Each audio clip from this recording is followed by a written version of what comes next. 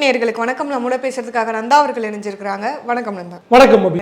மக்கள் கருத்தை கேட்க போகும்போது காவல்துறையினர் ஏதோ சொன்னாங்க அப்படின்னு ஒரு சம்பவம் நடைபெற்றிருக்கு. என்ன நடந்துச்சு அப்படிங்கிறத மட்டும் கொஞ்சம் சொல்லிடுங்களா? இல்லை, வழக்கம் போல் நம்ம வந்து நிறைய மக்கள் கருத்து அரசியலையும் சரி இல்லை சினிமாவிலையுமே ஒரு சில விஷயங்கள் சமூகம் சார்ந்து நடக்கக்கூடிய விஷயங்களை நம்ம வந்து மக்கள்கிட்ட கருத்து கேட்க போகிற விஷயம் வந்து இருக்கும். அது நம்ம சேனல் இல்லாமல் பொதுவாகவே ஊடகங்கள் போகிறாங்க. சேனலில் இந்த கருத்துக்கள் மட்டும் தான் கேட்குறோம். மற்ற சேனலில் எதை தான் கேட்கணுமோ அதை வந்து எல்லாமே கேட்குறாங்க. இன்னைக்கு வந்து அதே மாதிரி 2 கேள்விகளோட கருத்து கணிப்புக்காக நானும் கேமராமேனும் போயிருந்தோம். அந்த 2 கேள்விகள் என்னென்ன அப்படின்னா வந்து ஒய் பிரிவு பாதுகாப்பு தாவேகா தலைவர் விஜய் அவர்களுக்கு கொடுக்கப்பட்டது அப்படிங்கிறது வந்து உங்களுடைய பார்வையில் சரியா தப்பா, அவசியமா அவசியமற்றதா அப்படிங்கிறது முதல் கேள்வி. 2வது கேள்வி, மத்திய அமைச்சர் தர்மேந்திர பிரதான் வந்து இது மாதிரி ஒரு ஸ்டேட்மெண்ட் சொல்லியிருக்கிறாரு. மும்மொழி கொள்கையை நீங்கள் ஏற்றுக்கிட்டாதான் தமிழ்நாட்டுக்கு நீதி தருவோம், நீதி கிடைக்கும் அப்படின்னு சொல்லியிருக்கிறாரு. இதை பற்றி உங்களுடைய கருத்து என்ன? முதன்மை கேள்வி வந்து தர்மேந்திர பிரதானோட. ஆமாம். 2வது கேள்வி விஜய். ஆமாம். இருந்தாலும் வந்து சரி, ஃபஸ்ட்டு எல்லாருமே திடீர்னு நம்ம போயிட்டு டப்புன்னு நம்ம ஆளுகிட்ட தர்மேந்திர பிரதான் தான் தெரியாதுல்ல, அதனால முதல்ல விஜய் கேட்டுட்டு அதுக்கப்புறம் கூடவே சேர்த்து இதையும் கேட்கலாமே அப்படிங்கிற ஒரு விஷயத்தில் தான் போயிருந்தோம். போன இடம் வந்து டி நகரில் தான், ரங்கநாதன் தெரு. வழக்கம் போல் அதே இடத்துக்கு தான் போயிருந்தோம். ஒரு 50லேருந்து 60 வயது மதிக்கத்தக்க ஒரு பெண்மணி. அவங்கக்கிட்ட தான் முதல்ல நாங்கள் கேட்டோம். தாராளமாக பேசலாம், அரசியல் தானே பேசுவோமே அப்படின்னாங்க. அதுவே கொஞ்சம் சந்தோஷமாக இருந்தது. தமிழ்நாட்டில் இப்படி அரசியல் பேசுவோம் அப்படின்னு பாமர மக்கள், வெகுஜன மக்கள் நிறைய பேர் பேசுவாங்க. இதே வந்து மற்ற மாநிலங்களில் போய் நீங்கள் கேட்டிங்கன்னா நோ பாலிடிக்ஸ் அப்படின்றாங்க. அதமாக வந்து தாராளமாக பேசலாமே அப்படின்னாங்க. கேள்விகள் முதல்ல வந்து நான் விஜய் குறித்தான கேள்வி தான் வச்சேன். அவங்க பதில் சொல்லிட்டு இருந்தாங்க. இடையிலே வந்து ஒரு 2 காவல்துறை சார்ந்த நபர்கள் வந்து என்ன கேள்வி கேட்டுட்ருக்கிறீங்க அப்படி சொல்லி கேட்டாங்க. நான் சொன்னேன், இது மாதிரி அந்த பிரிவு பாதுகாப்புங்கிறது வந்து அவசியம் இல்லையா, இல்லை உங்களுடைய கருத்து என்ன அப்படின்னு சொல்லி கேட்டுட்ருக்குறோம் அப்படின்னாங்க. இது குறித்து தான் போகுதா அப்படின்னாங்க. ஆமாம், இதோட சேர்த்து இந்த கேள்விகளும் கேட்க போகிறோம் அப்படிங்கிற மாதிரியான விஷயங்களையும் சொல்லியிருந்தோம். இல்லை முதல்ல நிறுத்துங்க அப்படின்னு சொல்லிட்டாங்க. ரோல் பண்ணதை கட் பண்ணியாச்சு. கட் பண்ணி முடிச்சதுக்கப்புறம் வந்து பர்மிஷன் வாங்கினீங்களா நீங்கள் அப்படின்னு சொல்லி கேட்டாங்க. இல்லை சார், இங்கே அது மாதிரி எங்களுக்கு எதுவும் இது வரைக்கும் யாரும் சொன்னது கிடையாது. எல்லா மீடியாவிலேருந்துமே இங்கே எடுக்கிறாங்க, நிறைய தடவை எடுக்கிறாங்க. நாங்களுமே இதுக்கு முன்னாடியும் நிறைய தடவை வந்திருக்கிறோம். இது வரைக்கும் எந்த சிக்கலும் ஆனதில்லை. அதே மாதிரி நாங்கள் சர்ச்சைக்குரிய விஷயங்களாகவும் எதுவும் இங்கே நாங்கள் பேசலை. நாங்கள் வன்முறை தூண்டுற விதத்துலையும் எந்த இடத்துலையுமே வந்து பதிவு பண்ணலை, இல்லை அவங்கக்கிட்ட யாரையும் வலுக்கட்டாயப்படலை, ஃபோர்ஸ் பண்ணலை. நாங்கள் யாருமே விருப்பம் இருந்தால் அவங்க பேசுகிறாங்க, நாங்களும் விருப்பம் இல்லை அப்படின்னா இல்லை நீங்கள் பேசியது ஆகணும்லாம் நாங்கள் சொல்கிறதில்ல அப்படின்னும் சொல்லிட்டோம். அதுக்கப்புறம் வந்து அங்கே இருந்த லேடி கான்ஸ்டபிள் வந்து வெயிட் பண்ணுங்கள், நாங்கள் வந்து கேட்டுக்கிறோம், நீங்கள் இது இங்கே எடுக்கலாமா, இதுக்கு அனுமதி இருக்கா அப்படிங்கிறத கேட்டுக்கிறோன்னு சொல்லிட்டு அந்த பக்கமாக போயிட்டு நின்றுட்டு பேசிட்டு இருந்தாங்க. யார்கிட்ட பேசினாங்க அப்படின்றது தெரில. அதுக்குள்ளே வந்து நடுவில் இந்த பக்கம் இன்னொரு போலீஸ் இருந்தார் இல்லையா, அவரோட கான்வர்சேஷன். அவர் வந்து உங்களுக்கு கான்ஸ்டியூஷன் தெரியுமா, நீங்கள் முதல்ல பதில் சொல்லுங்கள், எல்லாருக்கிட்டையும் நீங்கள் கேள்வி கேட்குறீங்கல்ல, அது அவசியம் இல்லையா, நீங்கள் சொல்லுங்கள். அது மாதிரி எனக்கு கான்ஸ்டியூஷன் தெரியுமா, நீங்கள் ஒரு 4 கான்ஸ்டியூஷன் சொல்லுங்கள்.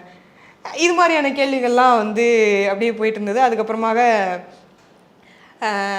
இல்லை நாங்கள் வந்து இன்ஸ்பெக்டர்கிட்ட கேட்டிருக்கோம், அவங்க இன்னும் எந்த பதிலும் சொல்லலை அப்படின்னா, மேம் டைம் ஆகுது, நீங்கள் ஏதாவது ஒன்று சொன்னால் தான் நாங்கள் எங்களுடைய வேலையை போய் பார்க்க முடியும் அப்படின்னு நான் வந்து அவங்கக்கிட்ட கேட்டேன். அவங்க வந்து இருங்க, அப்போது நாங்கள் உங்களுக்கு ஒரு ஃபோட்டோ எடுத்துக்கலாமா அப்படின்னாங்க.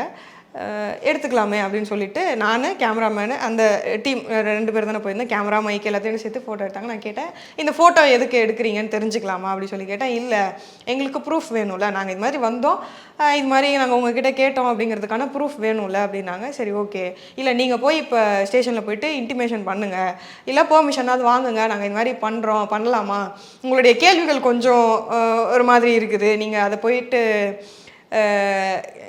இந்த கேள்விகள் தான் கேட்க போகிறோங்கிறதையும் நீங்கள் வந்து சொல்லிட்டு வாங்க அப்படிங்கிற மாதிரியான விஷயங்களை தான் சொல்லியிருந்தாங்க.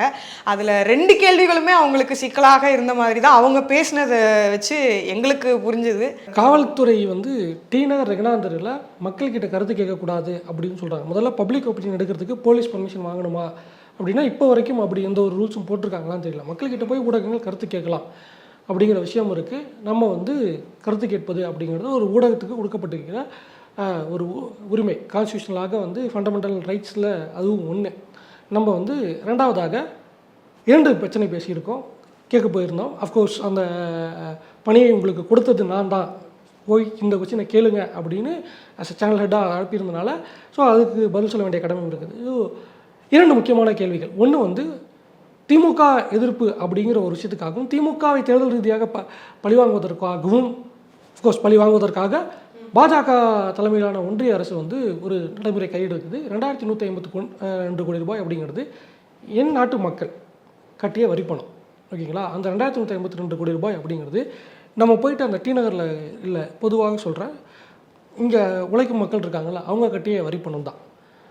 ஒவ்வொருத்தருக்கும் வந்து அதில் பங்கு இருக்குது. ஒரு பூ கட்டுற அம்மாவாக இருக்கட்டும், ஆட்டோ ஓட்டக்கூடிய அண்ணனாக இருக்கட்டும், அவங்களுக்கும் அதில் அந்த 2152 கோடி ரூபாயில் பங்கு இருக்கிறது. நான் ஏன் இவங்கள சொல்கிறேன் அப்படின்னா, அதிகமாக இன்டைரக்ட் டாக்ஸஸில் தான் வந்து சென்ட்ரல் கவர்மெண்ட் காசு எடுக்கிறாங்க. அதில் எஜுகேஷன் செஸ் அப்படின்னு ஒன்று தனியாக வாங்குறாங்க. அந்த எஜுகேஷன் செஸ்லேருந்து தான் காசு கொடுக்கறது இல்லை அப்படிங்கிற ஒரு பிரச்சனை இருக்குது. அது ஒன்று. இரண்டாவது, பணக்கார வீட்டு பிள்ளைங்க எப்படி வேணால் படிச்சுட்டு போகுது, ஏழைப்பட்ட வீட்டு பிள்ளைங்க படிக்கணும்ல.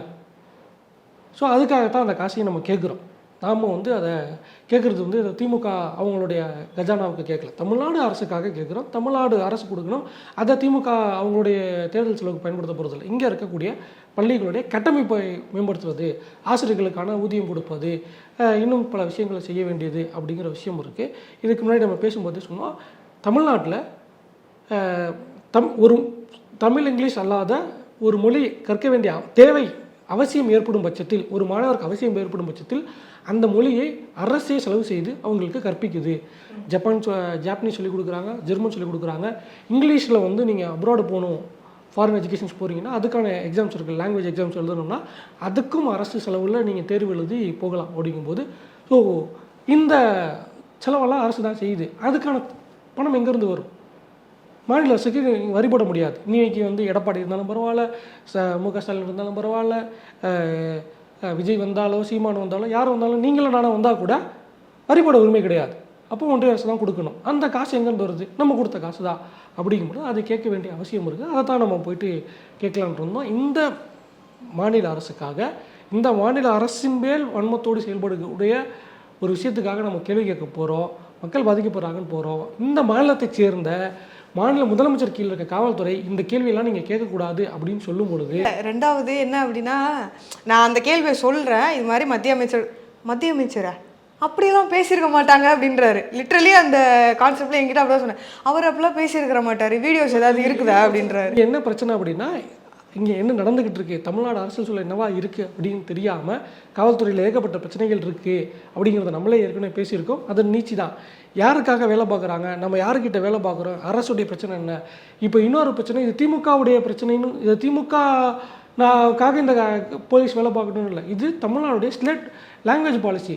கடந்த அரை நூற்றாண்டுக்கு மேலாக ஒட்டுமொத்த தமிழ்நாடும் அந்த லாங்குவேஜ் பாலிசி ஏற்றுக்கிட்டு இருக்கு. அதிமுக ஆட்சிக்கு வந்தாலும் அதே தான். இருமல் கொள்கைக்கு 234 சட்டமன்ற உறுப்பினர்கள், 230 உறுப்பினர்கள் இதுக்கு ஆதரவு தெரிவிக்கிறாங்க. ஒட்டுமொத்த தமிழ்நாடும் ஆதரவாக இருக்கும் பொழுது அந்த காவலருக்கு என்ன பிரச்சனை? உங்களுக்கு தனிப்பட்ட அபிலாஷைகள் என்ன வேணால் இருந்துட்டு போகலாம். என்னுடைய ரைட்ஸ், நானும் வந்து என்னுடைய இதுக்காக இப்போ மற்ற சேனலில் போயிட்டு நீங்கள் வந்து லவ் பண்ணிக்கிங்களா, உங்களை டேட் பண்ணணுமா அப்படிங்கிற மாதிரி கேள்வி கேட்கலையே. அநாகரிகமான அந்த வார்த்தையும் கேட்கல, நியாயமான கேள்விகள் தான் கேட்டிருக்கோம். இரண்டாவது கேள்வி வந்து வைப்பிரிவு பாதுகாப்பு தாவேகா தலைவருக்கு விஜய்க்கு கொடுக்கப்பட்டிருக்கிறது.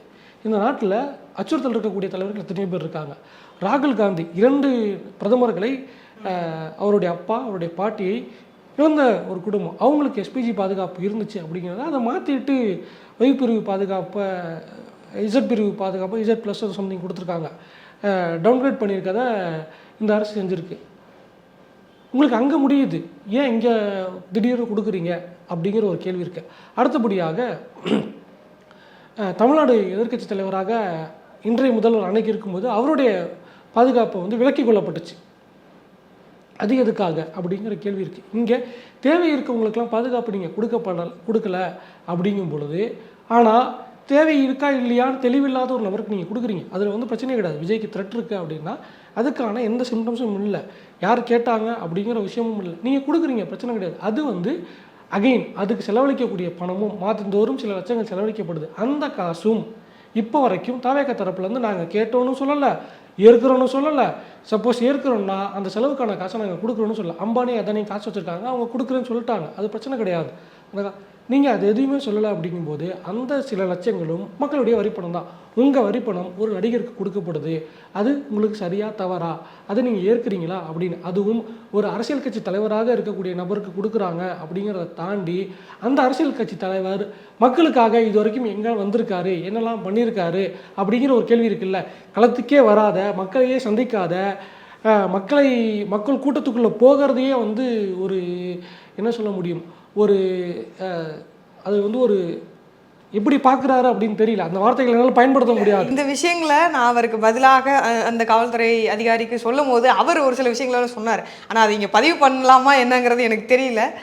அது அவருடைய தனிப்பட்ட விருப்பமாக இருக்கலாம், இல்லை அவர் துறை சார்ந்த விஷயங்களாக அவர் ஒரு சில விஷயங்கள் சொன்னார். ஒரே விஷயம் தான் நான் என்ன சொல்கிறேன் அப்படின்னா, மக்கள் எனக்கு ரைட்ஸ் இருக்குது, நான் ஓட்டு போட்டிருக்கேன், நான் வரி செலுத்திக்கிட்டு, நான் ஓட்டு போடுறேன் போடல அப்படிங்கிறத தாண்டி நான் வரி செலுத்திக்கிட்டு இருக்கேன். வாங்குற ஒவ்வொரு பொருளுக்கும் வரி செலுத்தி என் காசில் வந்து ஒரு நடிகருக்கு நீங்கள் ஜிஎஸ்டி அது தாவேக்கா இன்றைக்கி தாவேக்கா தலைவர் கொடுக்குறீங்க, நாளைக்கு வந்து அது யாருக்கு வேணால் கொடுத்துட்டு போவீங்க. ஏற்கனவே அண்ணாமலை கொடுத்ததே வந்து அனாமத்தா போய்கிட்டு இருக்கு. பாஜகவில் பாதி பேர் வந்து சொந்த வீட்டுக்குள்ளே அவங்கள பெட்ரோல் பம்பை போட்டுட்டு பாதுகாப்பு கேட்ட ஆட்களாக இருந்துக்கிட்டு இருக்காங்க. ரெண்டாவது, அந்த கான்ஸ்டபிள் கொஞ்ச நேரம் நான் உங்கள் வேலையை பார்க்குறேன்லாம் சொன்னார். மைக்கு கொடுங்க, இப்போ நீங்கள் பதில் சொல்லுங்கள் எனக்கு. அது தேவையில்லாத வேலை. அவருடைய வேலை என்னவோ அதை அவர் பார்க்கணும். நம்ம வேலையை நம்ம பார்த்துக்கிட்டு இருக்கோம். இப்போ உங்களுக்கு பதிலாக போயிட்டு நான் ஒரு அகேன்ஸ்ட் அரெஸ்ட் பண்ணுறேன் அப்படின்னா அவர் ஒத்துக்குவாரா? இது வந்து காவல்துறைக்கு வந்து இன்னொன்று, அவருடைய தனிப்பட்ட கருத்து இருக்குல்ல, அவருக்கு தனிப்பட்ட கருத்து 1000 கருத்து இருக்கலாங்க. அது எனக்கு பிரச்சனை கிடையாது. நீங்கள் ஒரு அரசுக்கு ஊழியர் அப்படின்னா அரசாங்கம் என்ன சொல்லுதோ அதை கேட்பது தான் உங்களுடைய வேலை. அரசு ஊழியருக்குன்று தனிப்பட்ட அபிலாஷைகள் இருக்கக்கூடாது. குறிப்பாக காவல்துறைக்கு எதுவுமே இருக்கக்கூடாது. உங்களுக்கு தனிப்பட்ட முறையில் அதில் விருப்பு வெறுப்பு இருக்குது அப்படின்னா காக்கி சட்டையை கழட்டி போட்டுட்டு நீங்கள் தனிநபராக வந்து நீங்கள் என்ன வேணால் பேசலாம். காக்கி சட்டையை போட்டுட்டு நீங்கள் எதுவும் பேசக்கூடாது.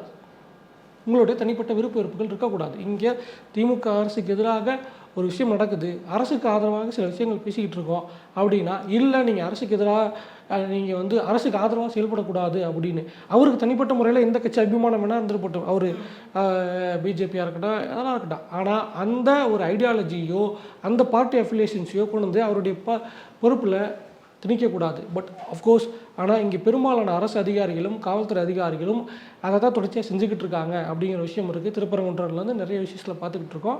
அது வந்து அங்கே சுற்றி இங்கே சுற்றி இன்றைக்கி நமக்கே நடந்திருக்கு. நம்ம நிறையா பேசிக்கிட்டு இருந்தோம், அது நமக்கு நடந்திருக்கு அப்படிங்கிற it's an experience, better experience ரெண்டுமே அப்படின்னு எடுத்துக்கலாம். ஸோ காவல்துறையை வந்து கொஞ்சம் கூடுதல் பொறுப்போடு இருந்தாங்க அப்படின்னா நல்லாயிருக்கும் அப்படிங்கிறது தான் நம்மளுடைய வேண்டுகோளாக இருக்குது. எனக்கு டவுட்டாக தான், இப்போ சென்ட்ரல் கவர்மெண்ட்டு ஸ்டேட் கவர்மெண்ட்டுக்கு கொடுக்கல ஒரு விஷயம் அப்படிங்கிறத மக்கள்கிட்ட கருத்து கேட்க போகிறோம். நீங்கள் அதை கேட்க வேணும்னு சொல்கிறீங்கன்னா நீங்கள் ஸ்டேட் கவர்மெண்ட்டுக்கு வேலை செய்கிறீங்களா, சென்ட்ரல் கவர்மெண்ட்டுக்கு வேலை செய்கிறீங்களானே அப்போ ஒரு டவுட் வருது இல்லை. நாளைக்கு வேறு ஏதோ ஒரு ஃபண்ட்ஸில் போட்டு அவங்களுக்கு டிஏ இன்க்ரிமெண்ட் ஏதாவது ஒன்று கட் பண்ணிட்டு சென்ட்ரல் கவர்மெண்ட் ஃபண்ட்ஸ் கொடுக்கல பரவாயில்ல அப்படின்னு சொன்னால் கூட ஏற்றுக்குவாங்களா அப்படின்னு தெரியல. மீண்டும் மற்றொரு வீடியோவில் சந்திக்கிறோம். நன்றி, வணக்கம்.